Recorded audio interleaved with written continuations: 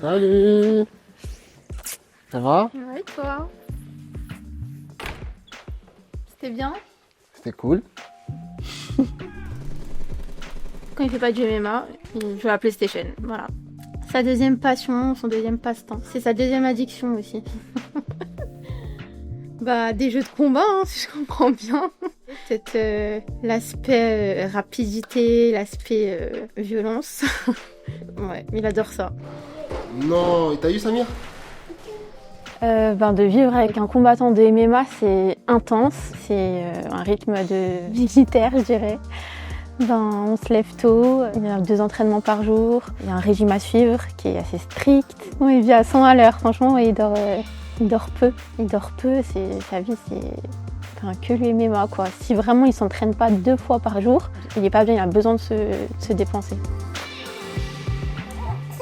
C'est bon. Ouais, franchement, la naissance d'Alma, ça a changé pas mal de choses. Alma, c'est une nouvelle source de motivation pour Saladin. Quand il combat, il pense à elle et ça lui donne encore plus de niaque. Et quand il finit l'entraînement, il a qu'une hâte, c'est de retrouver notre petite Alma. Donc oui, ça a changé pas mal de choses, mais c'est que du bonheur. Je connaissais rien. C'est lui qui m'a fait découvrir le MMA et aujourd'hui, j'adore ça. Franchement, c'est, je dirais même une nouvelle passion pour moi. J'adore regarder les combats, j'adore les sports de combat, pas que le MMA, maintenant c'est même la boxe, ça me plaît beaucoup. Mais avant de le connaître, j'y connaissais absolument rien.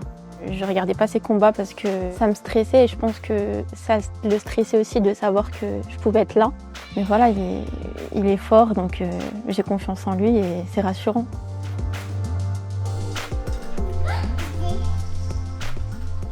Ça a beaucoup d'importance d'avoir un trophée et d'avoir des ceintures à la maison. C'est des années de travail. Je travaille depuis que je suis petit, depuis que j'ai 11 ans et voilà, ça porte ses fruits. On va dire que c'est un petit bijou qui prend de la valeur, que je pourrais raconter à mes enfants, à tout le monde, quoi. Donc c'est quelque chose d'unique.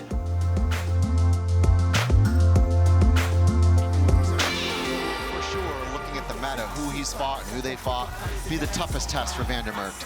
He's the most experienced guy. He's got his wins and losses, but he's a quality fighter.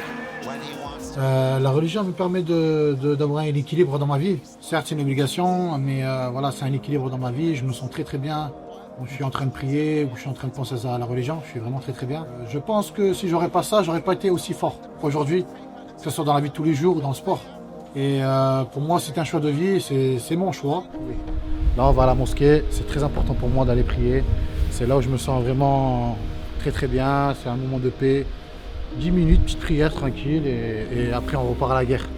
Allez, suivez-moi. Voilà, aujourd'hui je prie, je vais très souvent à la mosquée, j'essaie d'y aller le plus souvent possible. C'est là où je me sens vraiment proche de Dieu. Aujourd'hui, si je fais ça, c'est pour moi et pour être très fort dans ma vie parce que déjà la vie est très très dure. Il faut enlever les chaussures ici, enlever les chaussures. Et je peux pas laisser ma religion de côté. Ma religion, c'est très important pour moi. Moi, je prie 5 fois par jour. J'essaie d'être une bonne personne. En tout cas, on n'est pas parfait, mais voilà, j'essaie d'être une bonne personne. En étant une bonne personne, je dois aller à la mosquée, je dois prier, je dois demander pardon, je dois demander des choses à Dieu. Et je peux que dire qu'alhamdoulilah, alhamdoulilah, tout va bien. Aujourd'hui, la religion m'a permis d'être stable dans ma vie de tous les jours, comme dans le sport. Je pense que si j'aurais pas eu la religion, j'aurais pas été le même homme. Mais voilà, alhamdoulilah. Alhamdoulilah, ça veut dire tout va bien. Tout va bien. Dieu merci, par la grâce de Dieu, tout va bien. Et c'est un mot très important, il faut le dire très souvent. Parce que c'est vrai, on mange, on boit, on respire. Il y en a, ils ne peuvent pas manger, ils ne respirent pas, ils n'ont rien. Et nous, on est là, on respire, on mange, on fait du sport. Donc, grâce à Dieu. Donc voilà, alhamdoulilah.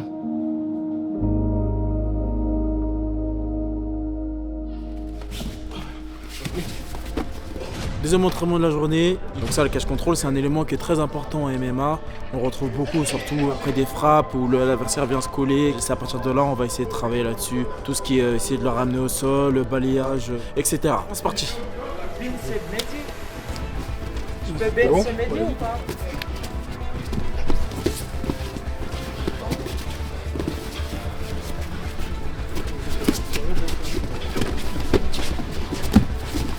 Et ça consiste à contrôler son adversaire contre la cage. Donc l'objectif pour les défenseurs, c'est d'être capable de rester debout et de scorer. On va rechercher la projection dans un second temps. C'est vraiment du catch control et encore une fois sur des situations qu'on peut retrouver dans un combat. Il y a une pression qui est vachement importante pour le défenseur. On est dans un étau, donc physiquement ça pompe.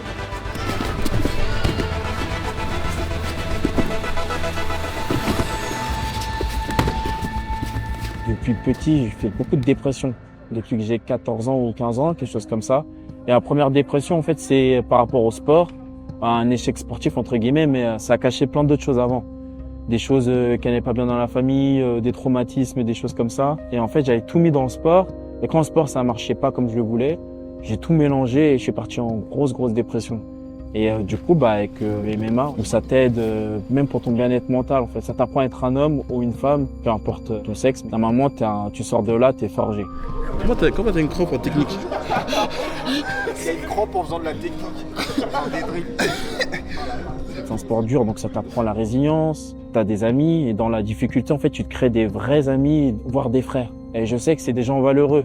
Donc quand je vois par exemple des choses, eux, ils ont vécu des choses dures dans leur vie, comme Michael Lajarouche, par exemple, qui a fui la guerre en Syrie. Il aurait pu faire de nombreuses dépressions. Mais lui, il a choisi de se battre, d'accepter aussi de parler, d'être ouvert sur ses émotions. Ça, c'est des choses que j'essaie de faire au quotidien pour m'aider, comme je l'ai dit encore une fois, à être un homme. Pour moi, un homme, c'est quelqu'un qui peut être fort. En même temps, quand il faut, avec les bonnes personnes, il a le droit de relâcher la pression, de pleurer, d'exprimer quand il est content, quand il est joyeux, des choses comme ça. Et j'apprends à faire ça au fur et à mesure. Mes débuts au KSW sont très bien passés. Et quand je suis arrivé sur place, par contre, j'ai été étonné de la salle. En fait, il y avait beaucoup de monde. Donc j'ai vu qu'en pied-point, ça se déroulait pas mal. Mais dès les premiers échanges, sous un coup, j'ai réussi à me glisser sous ses bras, mettre mon Kosoto Gake. Il y a une erreur technique que j'ai faite, c'est que j'ai laissé ses jambes orientées vers la cage. Il a grimpé sur la cage et il a fait une cabriole, il a pris mon dos. Et encore une fois, c'était un Polonais. Et pour les détracteurs, c'était pas du tout un plombier. Il y a des moments où c'était chaud, mais c'est moi qui ai bien géré parce que dès le début du round, il m'a rentré dedans. Quand il a pris mon dos, il aurait pu m'étrangler. Une autre fois, j'ai glissé, il aurait pu m'étrangler une deuxième fois. Avec, j'avais des bonnes défenses. Et puis, il était dur au mal. Hein. Un plombier, tu lui mets un bras arrière, même mal mis, il tombe. Hein. Il tombe, il prend son cachet, il se casse. Et lui, il était vraiment là pour combattre. KSW, premier combat, ils m'ont pas mis un charlatan.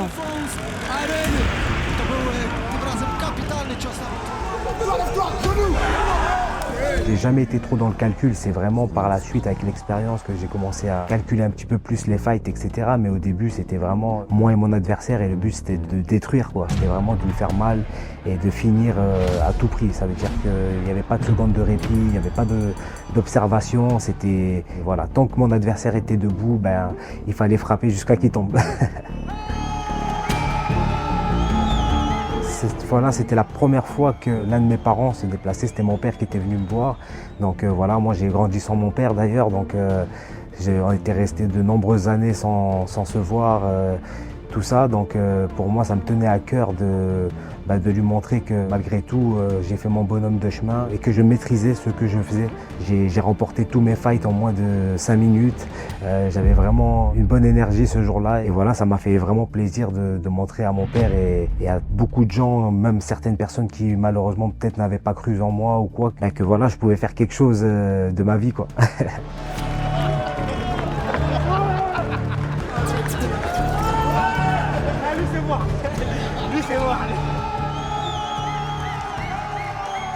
On donne le maximum de nous-mêmes, on fait des sacrifices en dehors et voilà. Et on arrive, on met tout sur la table, on triche pas. Ça veut dire qu'on peut gagner, on sait que ça va nous donner des opportunités en termes de visibilité, en termes de sponsors. Et quand on perd, on perd tout. On perd de la crédibilité. Et pareil, on est dans un pays où le public n'est pas éduqué à la défaite. Ça veut dire que quand on perd ici, hier, tu étais fort, mais quand tu perds, t'es surcoté. T'es surcoté, et donc les gens, ils voient pas ce que tu fais en amont. Ils savent pas tout le travail qu'il y a, la difficulté qu'il y a et tout ce que tu fais pour essayer de donner le meilleur, tu vois. La défaite, c'est quelque chose de dur, mais ça fait partie du jeu.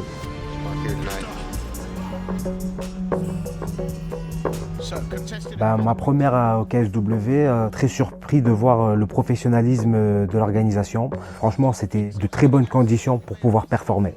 Le combat en lui-même, voilà, je savais que c'était un combat qui allait être très stratège parce que l'adversaire que je prenais était passé par les IMAF où il avait été champion d'Europe. Donc dès le départ, je savais que ça pouvait être un combat piège pour moi parce que moi je suis quelqu'un de très instinctif et très fougueux. Et là, face à quelqu'un de très stratégique, en allant chercher à bloquer le combat, etc. Le premier round, je le perds parce que le combattant directement, il a voulu amener au sol, bloquer le combat au sol.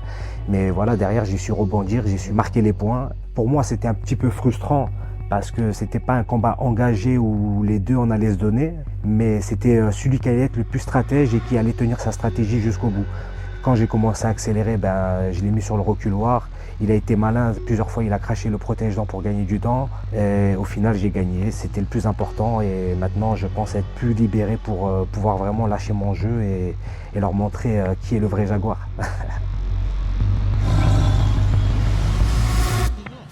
Finesse not rushing in, ducks down under that. Torres very square, very powerful, but he's clipped the... En fait, il y a eu plein de rebondissements durant ma carrière au KSW. J'ai eu ma défaite contre Daniel Torres. Le match retour, je ne devais pas le perdre. Je pense que c'était l'un des combats les plus importants de ma carrière parce que sinon, on remet toute ma carrière en jeu. Donc, je pense que ça a été le plus gros défi. Revenir d'une défaite et de gagner bien ce combat contre Daniel Torres. There's the single leg takedown and down goes Torres.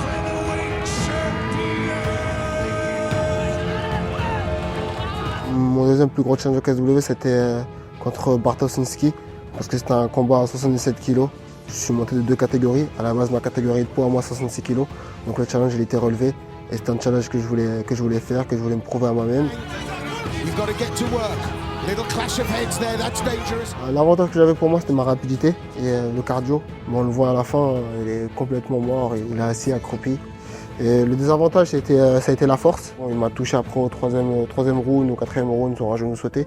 Mais j'ai réussi à esquiver quasiment tous ses coups. À part le cage control, il n'y avait que ça qui faisait. Donc c'était plus la difficulté, plus en puissance. Un maigrichon contre un poids lourd, ouais c'est un beau truc. Et j'ai réussi à pas me laisser faire. Et il y aura peut-être une revanche. Je sais pas, j'ai même pas les mots. Je voulais montrer tout mon talent à tout le monde, au public polonais, à mon public aussi, et à toute la France aussi. Ma plus grosse déception au KSW, ça a été le combattant Marianne. C'était devant 60 000 personnes. Je préparais mon entrée, je préparais tout, j'ai mis les gants, bandages, tout. J'étais prêt à faire ce combat. Il s'est blessé 5 minutes avant de rentrer dans la cage, problème au ligament ou au genou. Donc du coup, le combat n'a pas pu se faire. Mais bon, c'est comme ça. Donc je vous souhaite un bon rétablissement et je pense qu'un jour on va se combattre. Est-ce que tu t'es déjà demandé ce que serait ta vie si t'étais pas tombé sur le MMA? J'ai fait des études de plombier, donc je pense que j'aurais été plombier. J'avais été plombier, j'avais fait un bac que j'avais obtenu. En parallèle, je travaillais en même temps. À 23 ans, j'ai arrêté. Donc je pense que si j'aurais pas eu le sport, j'aurais pas eu les MMA, j'aurais été plombier.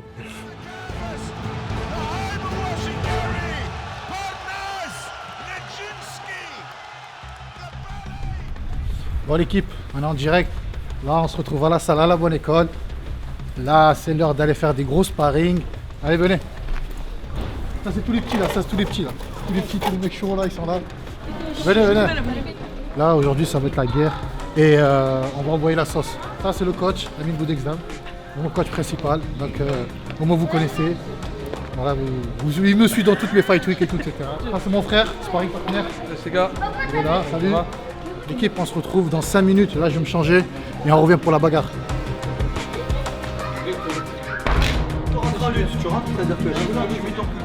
Je suis pas trop mis en avant dans les médias, surtout les médias français. Mais voilà, j'ai une grosse équipe, c'est vrai qu'ils sont pas mis en avant. Mais c'est pas grave, tant qu'il y a la force de mes amis, on avance. On n'a pas besoin des médias et c'est le travail qui va parler. Là, tu dois mettre à droite. Là. Mon point fort à moi, pour moi, ça serait ma détermination et mon striking.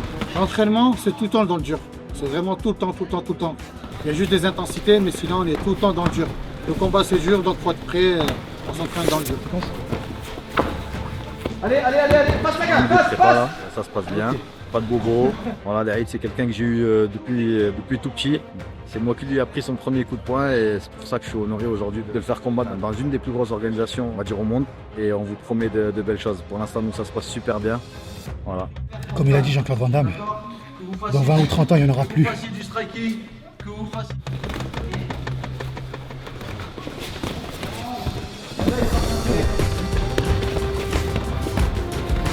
Le style de combat, je le définirais comme agressif. C'est un style atypique, très original. On me surnomme le bulldozer. J'aime foncer. Les gens ils réclament que ça, ils aiment ça.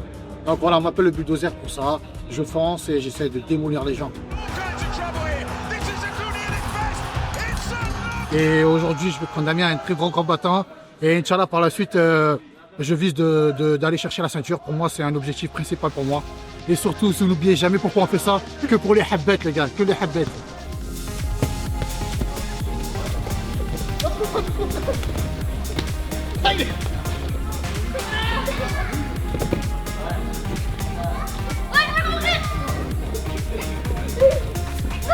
Bon les gars, on a fini l'entraînement. Là, on va rentrer se laver, se poser dans un endroit que j'aime bien.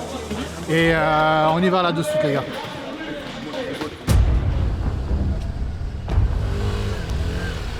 Je me suis fait avoir par la pluie. Mais on est là, on a survécu. Du coup, là, on est à Aujoire pour ma deuxième séance. Donc, on va pouvoir travailler un peu de spécifique, MMA, axé sur la lutte. Je suis qu'avec des gens avec qui on fait les choses discrètement, on se montre pas trop, mais ça paye le jour J. Mais on fait tout en sous-marin. Tu mets encore les coudières, ça annonce encore des... Ah, moi je suis en mode découpage. Dès qu'on me dit combat, je suis prêt à faire du sale. Là, je voulais faire travailler 2 rounds de l'anglaise, après 2 rounds de pied-point, et après on fait en MMA, et après on passera au catch control. C'est déjà pas mal.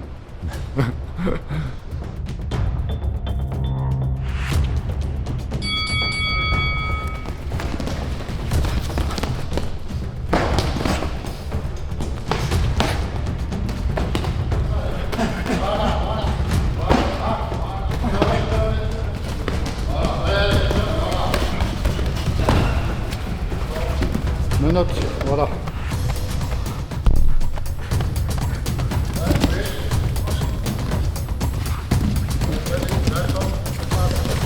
Mets la pression sur la tête. Je passe. Ah, il a bien travaillé là. Franchement, super les entrées. Écoute, c'est le ramadan, je peux prendre une date. Ah ouais, vas-y. Je me dis peut-être qu'il va me le dire. Mais il me dirait le coach. Donc là, c'est le meilleur moment de la journée. On peut boire et après, je vais avoir une meilleure énergie. Je pourrais faire 4 entraînements après.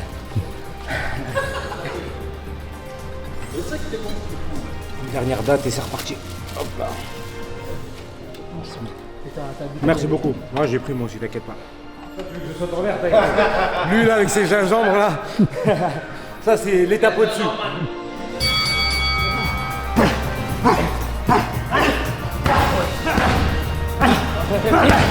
Là,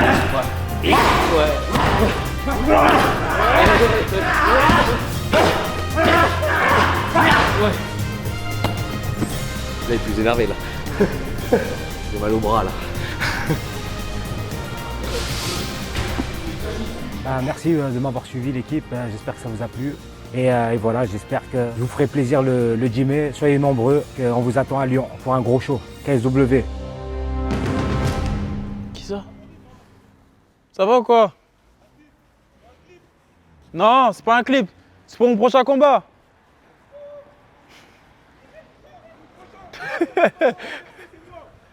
Le prochain quoi? Le prochain combattant à percer, c'est moi. Bah viens t'entraîner déjà. Viens t'entraîner déjà.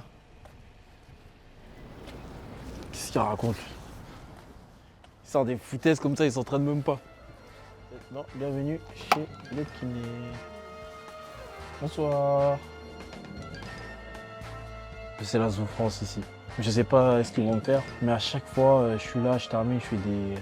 Putain, parce que c'est dur. Et ça, KSW 101, là je sais pas si on voit comment c'est bien gonflé ici, voilà, là on voit bien. C'est ce rebatch, je sais pas sur quelle couche, je sais pas si c'est sur la série du percute Aussi, c'est sur les 5 derniers coups de troisième pente, mais je me suis fait mal. En termes de mobilité, ça va. Mais tout ce qui est, dès qu'il faut faire ça, des petits coups, là, par contre, j'ai mal. C'est rare d'arriver à 100% le jour du combat. Il y a toujours des petits pépins. Non. Ah, tu vois? Non. Elle est tendue, hein?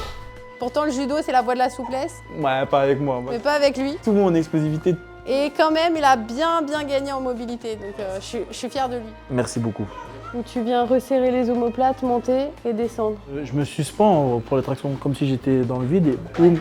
Et ensuite, tu vas rester en gainage avec les doigts pendant 20 secondes. Allez, action.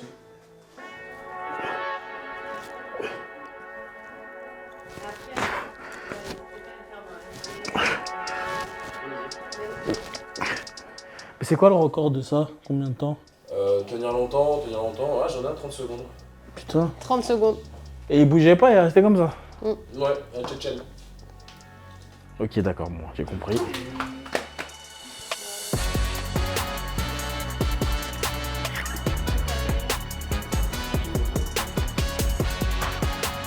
Ça c'est barbare parce que comme c'est gros déjà, t'as du mal à attraper. Il faut que tu restes en isométrie dessus. Donc t'as tout le poids de ton corps qui va dans... Tu dois retenir tout le poids de ton corps avec tes doigts. Et je tiens pas longtemps. Pour moi j'en ai fait 4. Bon, j'en refais une comme ça au moins. Et... Non, c'est bon, Amaury. Ah ok, bon ça va. Je l'ai fait au bluff, ça a marché. Déjà que t'as déjà tous les doigts... Ouais, vraiment. Le judo, ça m'a bousillé les doigts. Lui est là. Je vais faire comme ça fait pas un doigt d'honneur. Voilà, lui. Tout tordu à cause du judo. Il y a le chien qui t'a... Ah oui, mon ancien chien. Un jour, je lui ai dit bonjour et il m'a bouffé de là à ici. Ici, il y avait la chair qui pendait. Là, là. Il m'a défoncé le doigt. J'ai cru que j'allais perdre mon doigt. J'ai cru que les MMA, ça allait être compliqué.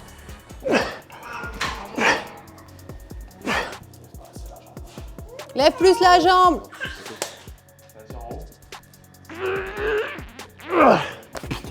Ah là, j'ai poussé là. Ah, j'ai poussé là. Putain. Ça arrive, mais c'est plutôt à l'EHPAD. Hein. J'ai fait pousser au sens propre en plus. Si tu veux, je peux faire de la rééducation du périnée aussi. Hein. Non, ça va, ça va. En fait, chaque fois que je viens ici, je me questionne sur mon état physique. Ça te fume. Tu découvres des muscles dans ton corps. Tu te dis, mais je suis sportif de haut niveau ou comment ça se passe? À force, après, en combat, je sens la différence. Je me blesse moins déjà à l'entraînement et je me sens plus véloce, plus bœuf. Et quand je sors d'ici, plus fatigué, bien sûr. Bon bah voilà, l'équipe, on arrive à la fin de journée. Vous savez que je suis un combattant qui fait beaucoup de show. Donc voilà, montrez dans le train, les gars, je suis là pour tout éclater. Les amis, on se retrouve après une très grosse journée. Là, c'est mon moment de détente. Je vais enlever tout ce qui est boxe de ma tête. Michael! Voilà. Mon pote, tu viens? Tu fais une assiette, s'il te plaît, comme d'habitude. C'est bon. Une bonne assiette. Et je suis là combien de temps? 5 minutes, mon pote. 5 minutes? Merci. Moi, j'aime bien manger. J'aime bien me faire plaisir. Perdre du poids, c'est très difficile. C'est très difficile pour tous les combattants, mais on y arrive tout le temps. Voilà, j'essaie de faire attention à ce que je mange en prépa. Et, voilà.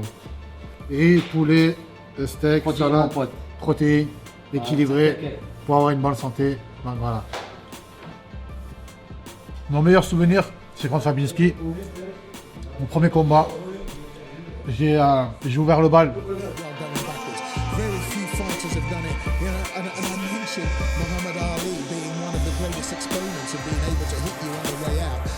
Et mon pire souvenir, en septembre j'avais combattu contre Pachowski, c'était mon pire souvenir. D'en parler, rien que d'en parler, j'en ai mal à la tête. Donc ouais, c'était mon pire souvenir. Moi j'ai fait les plus gros KSW, au moins c'est à la maison, c'est en France, mais en Pologne aussi, j'aime bien le show de la Pologne. Les Polonais sont chauds, ils aiment ça, donc c'est un plaisir aussi de combattre en Pologne. Cassez le bras.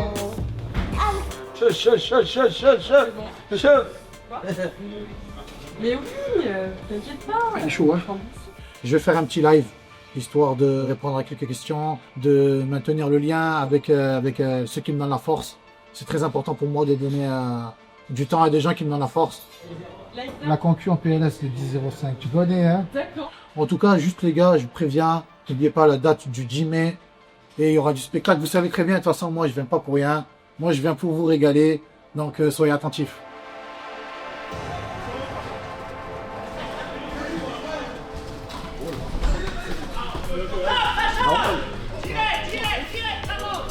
Tu veux un petit café C'est gentil, merci. T'as vu mon brushing, il te plaît? J'ai un beau brushing, par contre j'ai pas fait le book. Ouais, on appelle ça un panettone. Panettone. Bon, Arnaud, est-ce que tu peux me dire ce qu'on fait tous là, par toi en l'occurrence, et ce qui va se passer ce soir? Bah, on organise une soirée libertine. On peut pas parler sérieusement. Avec lui, c'est bon. Le soir, c'est cours de kickboxing avec Arnaud Templier. Prends ton café, partner. Bon alors donc, tu vas me dire... Tu veux un petit kawa? Pif, paf, pouf. Un peu de sparring ce soir, avec une leçon par rapport à son adversaire, et sparring libre, comme tous les mardis. Rien d'exceptionnel. Fais-moi le petit crochet bravo en retrait du but.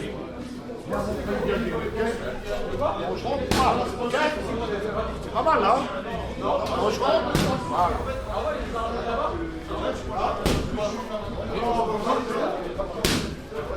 C'est la leçon avec Arnaud. En quoi la leçon c'est quelque chose d'essentiel selon quoi? Voilà, c'est essentiel parce qu'on travaille le timing de l'adversaire. Voilà, essayer de reproduire ce qu'il va faire et remettre en œuvre ce qu'on fait à l'entraînement, le faire en combat.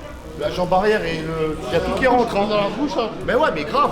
Il y a tout qui rentre les jambes. Si la garde, je peux le rentrer. Non, il y a tout qui rentre les jambes. Il est comme ça. T'as vu? Ça peut rentrer là, là-haut, ça rentre partout. Hein. Vas-y.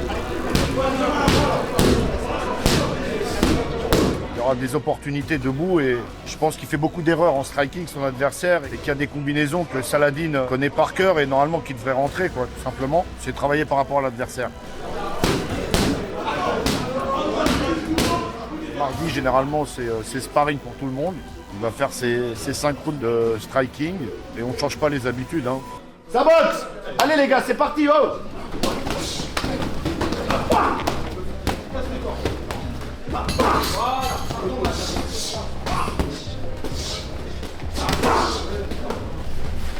C'est un sport très dur, le MMA. L'âge où le corps s'endurcit, c'est plus vers 30 ans. Là, maintenant, j'arrive à maturité. Je sais que je peux mettre KO. Et mes entraîneurs m'ont toujours répété que plus tu vas prendre de l'âge, plus tu vas frapper. Il faudra juste garder un bon environnement de vie. Et c'est ce que j'essaye de faire, de me sentir bien et de m'entraîner très dur. Et voilà, la force, elle vient tout seul, avec le travail et la persévérance.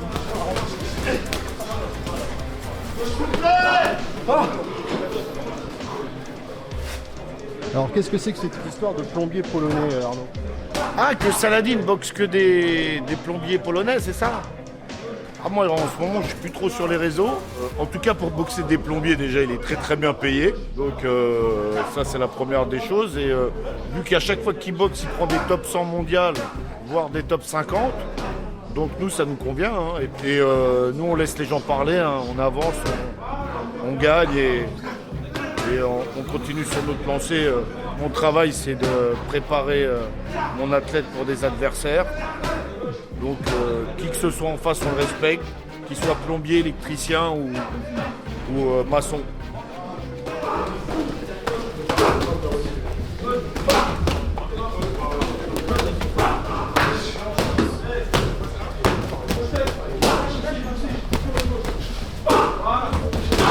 C'est anglais.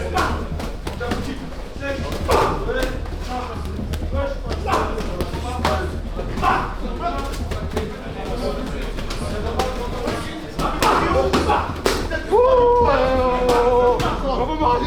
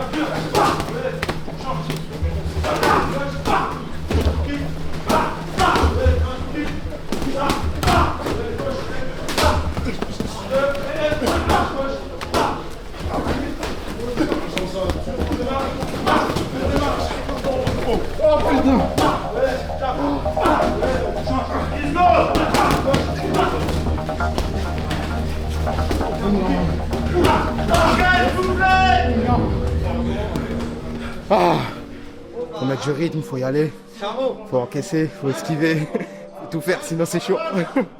Ouais, c'est bien les gars, vous avez mis du rythme. C'est bien. On pourrait penser qu'entre frangins ils y vont mollo, mais ça a pas l'air d'être le cas. Ah non, ici, même entre frangins, il n'y a pas de cœur. Je crois même que s'il boxe avec sa tante, il peut la mettre KO. Salut l'équipe, alors fin de journée, j'espère que ça vous a plu. Rendez-vous le 10 mai pour mon combat. On va essayer de finir ça le plus vite possible.